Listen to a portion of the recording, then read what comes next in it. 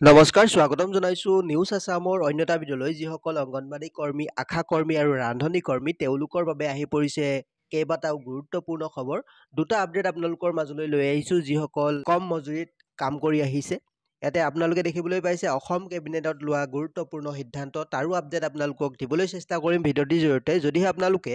আমাৰ চেনেলত পোনপ্ৰথমবাৰৰ বাবে আহিছে তেনেহ'লে চেনেলটি ছাবস্ক্ৰাইব কৰি ল'ব আৰু কাষৰ বেল আইকনটো প্ৰেছ কৰিবলৈ নাপাহৰিব পোনপ্ৰথমে আপোনালোকক এটা আপডেট দিব বিচাৰিছোঁ CITU আসামৰ ফালৰ পৰা এটা আপডেট আহিছে ইয়াতে আপোনালোকে দেখিবলৈ পাইছে দিনৰ 11 বজাত শ্ৰম বিভাগৰ কাৰ্যালয়ৰ সন্মুখত সকলো শ্ৰমজীৱী ৰাইজক উপস্থিত থাকিবলৈ আহ্বান জনালো অৰ্থাৎ যিসকল কম মজুৰিৰে কাম কৰি আহিছে তেওঁলোকক এটা অনুৰোধ জনোৱা হৈছে যে শ্ৰম বিভাগৰ কাৰ্যালয়ৰ সন্মুখত তেওঁলোকে এটা প্ৰতিবাদ সাব্যস্ত কৰিব ইয়াতে দেখিবলৈ পাইছে শ্ৰম কোড বাতিল কৰা ন্যূনতম মজুৰি আদায় দিয়া আঁচনিভুক্ত কৰ্মচাৰীক মাননিৰ সলনি মজুৰি দিয়া নিৰ্মাণ শ্ৰমিকৰ হিত লাভ আদায়ৰ জটিলতা দূৰ কৰাৰ দাবীত ধৰ্ণা কাৰ্যসূচী অনুষ্ঠিত কৰিব আগষ্ট অৰ্থাৎ 8 আগষ্ট তাৰিখে তো আপোনালোকক আৰু এটা আপডেট জনাব বিচাৰিছোঁ কেইবাটাও গুৰুত্বপূৰ্ণ সিদ্ধান্ত লৈছিলে অসম কেবিনেটত তাৰে এটা হৈছে অংগনবাড়ী কৰ্মীসকলৰ ইয়াতে দেখিবলৈ পাইছে আপোনালোকে অংগনবাড়ী সহায়িকাৰ বাবে সুখবৰ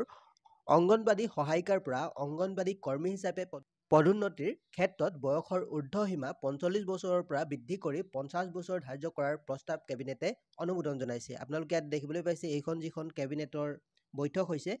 কালি অৰ্থাৎ ৭ আগষ্ট তাৰিখে এইখন বৈঠক বহিছিলে তো আপোনালোকক এই ভিডিঅ'টিৰ জৰিয়তে ইমানেই জনাবলগীয়া আছিলে ইয়াতে আপোনালোকৰ এটা সুখবৰ যিসকল অংগনবাড়ী কৰ্মী হয় তেওঁলোকৰ যি সময়সীমা অৰ্থাৎ অংগনবাড়ী সহায়িকাৰ পৰা অংগনবাড়ী কৰ্মীৰ হিচাপে পদোন্নতি ক্ষেত্ৰত বয়সৰ ঊৰ্ধ্বসীমা ৪৫ৰ পৰা ৫০ বছৰ ধাৰ্য কৰাৰ যি প্ৰস্তাৱ গ্ৰহণ কৰিছে অসম কেবিনেটে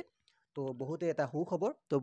ভিডিঅ'টিৰ জৰিয়তে আপোনালোকক ইমানেই জনাবলগীয়া আছিল যদিহে আমাৰ চেনেলত পোনপ্ৰথমবাৰৰ বাবে আহিছে তেনেহ'লে চেনেলটি ছাবস্ক্ৰাইব কৰি ল'ব আৰু কাষৰ বেল আইকনটো প্ৰেছ কৰিবলৈ নাপাহৰিব ধন্যবাদ